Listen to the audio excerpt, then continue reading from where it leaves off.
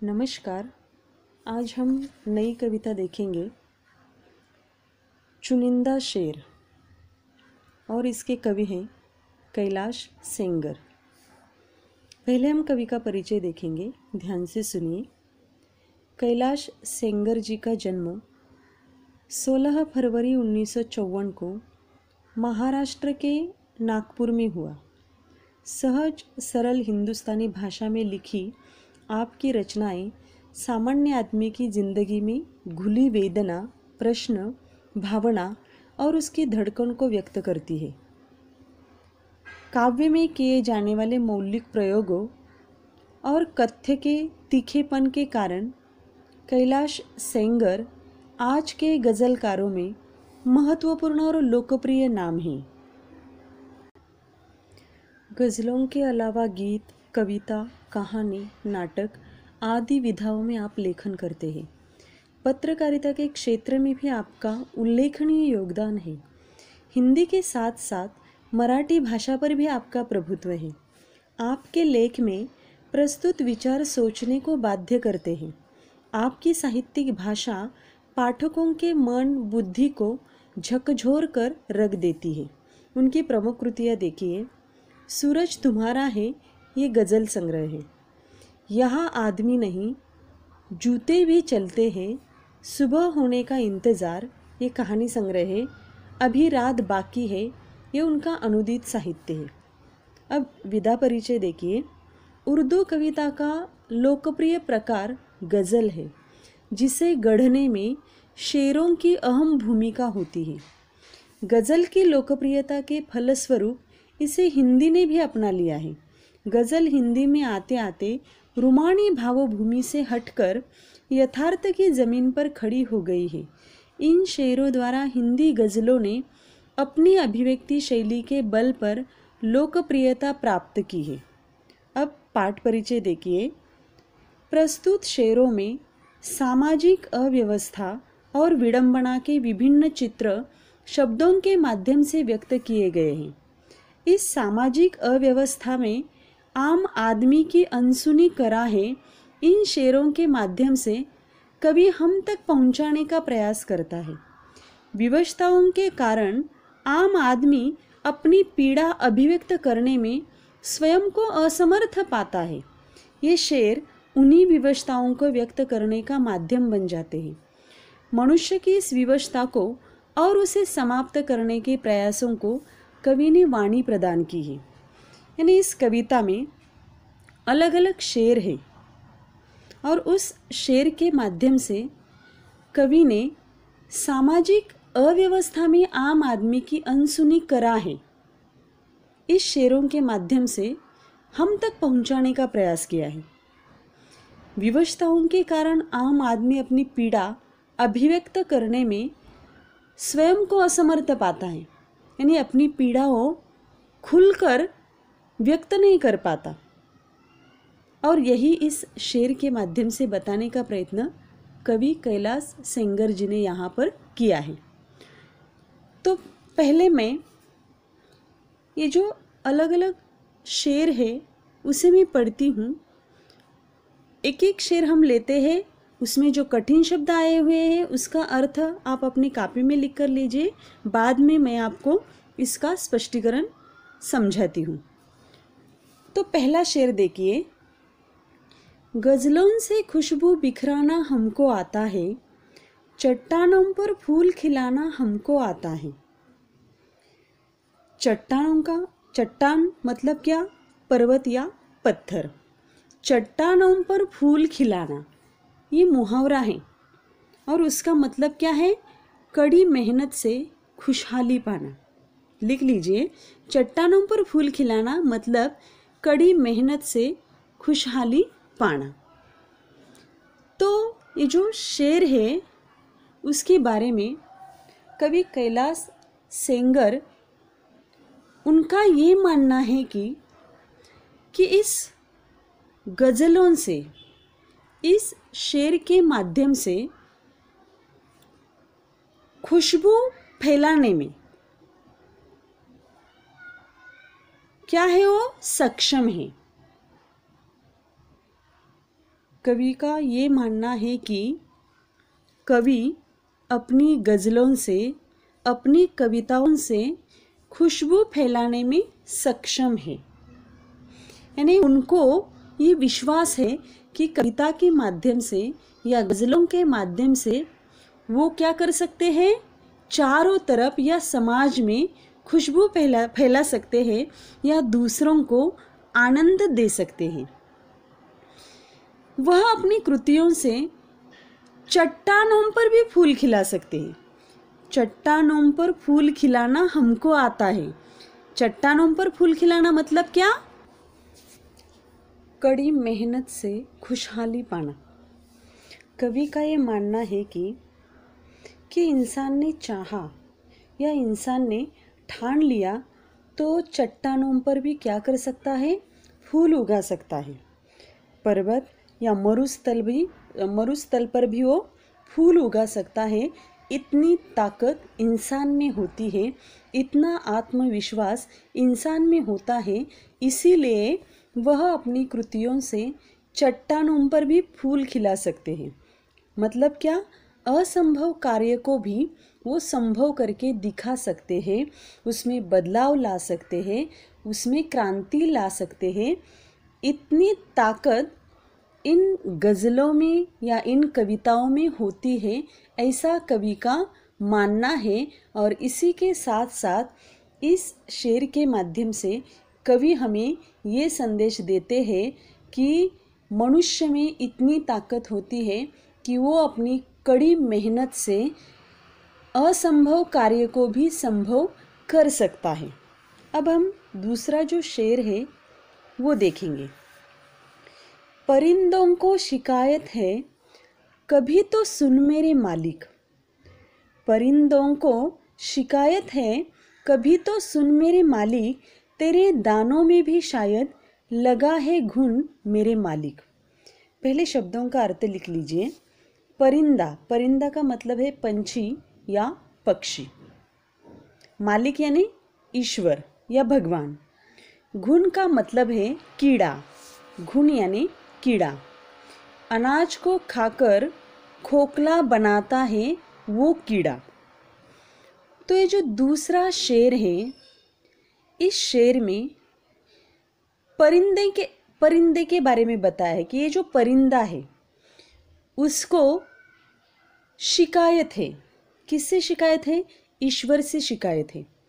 वो कहता है कि हे मालिक, कभी तो हमारी बात सुनो। परिंदा ईश्वर से शिकायत कर रहा है कि हे मालिक, कभी तो हमारी बात सुनो। हमें ऐसा लगता है कि जो दाना हमें आपकी कृपा से मिलता है या जो दाना आप हमें खिलाते हैं उसमें भी अब क्या लगे हैं? कीड़े लगे हैं। यानी वो दाना या वो अनाज भी हमारे लिए खाने लायक बिल्कुल भी नहीं है। अर्थात क्या हुआ है? आपकी कृपा हम पर अब नहीं है, या आपकी कृपा अब क्या हुई है? प्रदूषित हो गई है। ऐसा ये परिंदे ईश्वर को कहते हैं। फिर से देखिए, परिंदों की ईश्वर से शिकायत है कि कभी तो हमारी बात सुनो, हे ईश्वर, कभी तो हमारी बात सुनो। आपकी कृपा से जो हमें दाना मिलता है वो अच्छा नहीं है, खाने लायक बिल्कुल भी नहीं है। उसको क्या लगे हैं? कीड़े लगे हैं, वो खोखला बना चुका है। मतलब आपकी कृपा अब क्या हुई है? प्रदूषित हो गई है। अब तीसरा शेर देखिए। हम जिंदगी के चंद सवालों में खो गए, सारे जवाब उनके उजालों में खो गए। पहले शब्द लिख लो। चंद का मतलब है कुछ, सवाल यानी सवाल, उजाला प्रकाश। तो इस शेर में कवि ने जिंदगी में आई हुई जो परेशानी होती है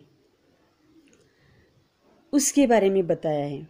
इस शेर में जिंदगी में आई परेशानियां उसके बारे में बताया है कि कवि क्या कहता है कि मनुष्य के जीवन में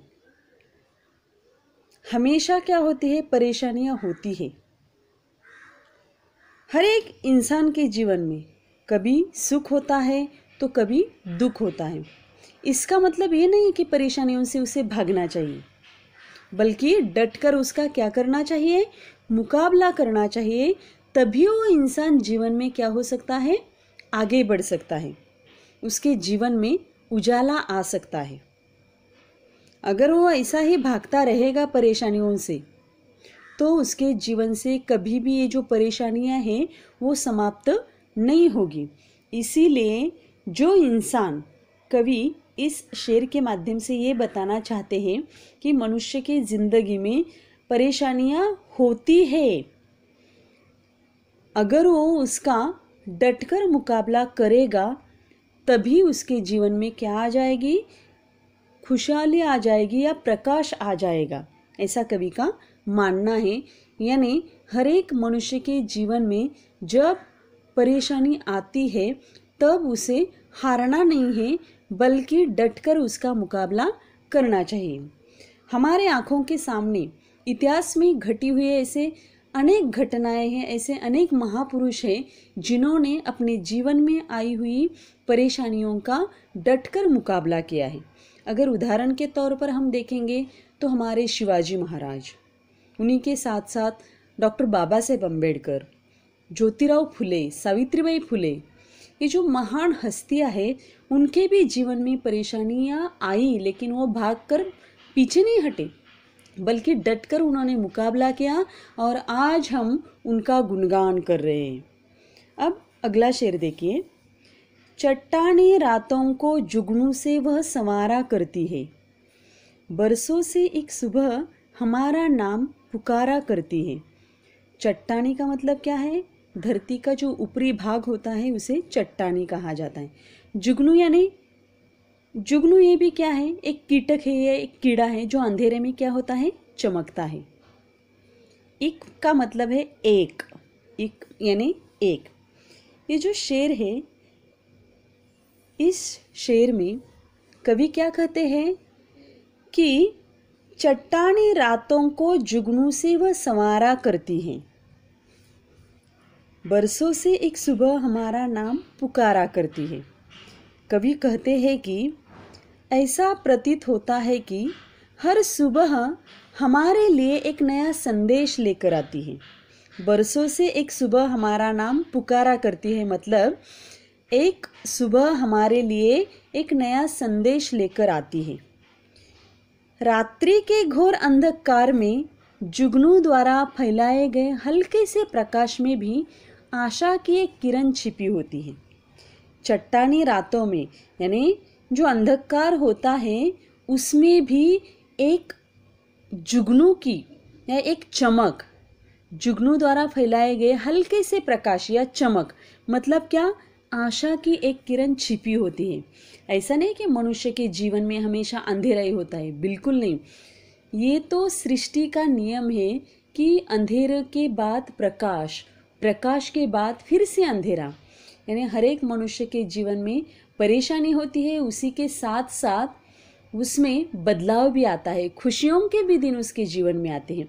इसीलिए कहा है कि कितनी भी अंधेरी घना अंधेरा हो उसमें भी एक आशा की किरण होती है, कैसी, जुगनू की तरह चमकने वाली। उसके बाद फिर से नया सवेरा अवश्य आ जाता है। तो कवि का ये मानना है कि मनुष्य को अपने जीवन में बिल्कुल भी हारना नहीं चाहिए, कि उसके जीवन में एक न एक दिन आशा की किरण अवश्य आ जाएगी। हमेशा घोर अंधकार नहीं होगा, उसमें भी, उस अंधकार में भी आपको एक जुगनू या एक प्रकाश की लौ या एक आशा की किरण आपको क्या करनी है, देखनी है। जो छिपी हुई है उसे आपको देखना है, तभी आपके जीवन में क्या हो जाएगा, सुबह या प्रकाश फैल जाएगा। अब अगला जो शेर है उसको देखिए। वह आसमां पे रोज एक ख्वाब लिखता था, उसे पता न था वह इनकलाब लिखता था। आसमां यानी आसमान, ख्वाब यानी सपना, इनकलाब यानी बदलाव, परिवर्तन या क्रांति। अब इस शेर में कवि क्या कहते हैं कि हमेशा मनुष्य को नए सपने देखने चाहिए, जागती आंखों के सपने देखने चाहिए। आप सभी को मालूम है, एपीजे अब्दुल कलाम भी हमेशा कहते हैं जिस मनुष्य को जीवन में आगे बढ़ना है तो उसे क्या करना चाहिए, जागती आंखों से सपना देखना चाहिए और वो सपना पूरा करने के लिए जीवन में आगे बढ़ना चाहिए। मतलब क्या करना चाहिए, कड़ी मेहनत करनी चाहिए। बिल्कुल उसी प्रकार कवि भी क्या कहते हैं कि नित्य नए सपने देखो, जागती आंखों से सपने देखो, तभी क्या हो सकता है, उसके सपने एक क्रांति या एक बदलाव ला सकते हैं। वह नहीं जानता था कि उसके सपनों में या उसके विचारों में क्रांति का बीज छिपा है। यानी उसे पता नहीं है कि वो जो सपना देख रहा है उसमें एक नई किरण है, नई आशा है, विचारों की क्रांति है, विचारों के क्रांति का बीज है, इसका पता उसे नहीं है। उसके द्वारा आसमान पर लिखे गए सपने एक दिन क्रांति का रूप ले लेंगे। यानी इतनी ताकत मनुष्य में होती है, ऐसा कवि का मानना है। मनुष्य को रोज सपने देखने चाहिए। कैसे सपने, बड़े बड़े सपने, आसमां पे रोज एक, आसमां पे मतलब ऊंचे सपने, आगे ले जाने वाले सपने मनुष्य को देखने चाहिए। वो सपने कैसे होने चाहिए, जिससे समाज में एक अच्छा बदलाव आ सके, एक नया बदलाव आ सके, जिससे हमारा समाज और विकसित हो सके, ऐसे सपने वो होने चाहिए। इसीलिए इस शेर के माध्यम से कवि क्या कहते हैं कि नित्य नए सपने देखो, जागती आंखों से सपने देखो। वो सपने कैसे होने चाहिए, क्रांति का बदलाव या क्रांति लाने वाले वो सपने होने चाहिए कि उसके द्वारा परिवर्तन हो जाए समाज में, ऐसे वो सपने होने चाहिए। इसीलिए कवि कहते हैं कि वह आसमां पे रोज एक ख्वाब लिखता था, मतलब सपना देखता था, सच होने वाला वो सपना देखता था। कौन सा सपना था, कैसा सपना था, ये उसे भी पता नहीं था, लेकिन उसके विचारों में, उसके उस सपने में एक क्रांति थी, एक बदलाव था, एक परिवर्तन था। तो ठीक है छात्रों, आज हम यहाँ तक रुकते हैं। धन्यवाद।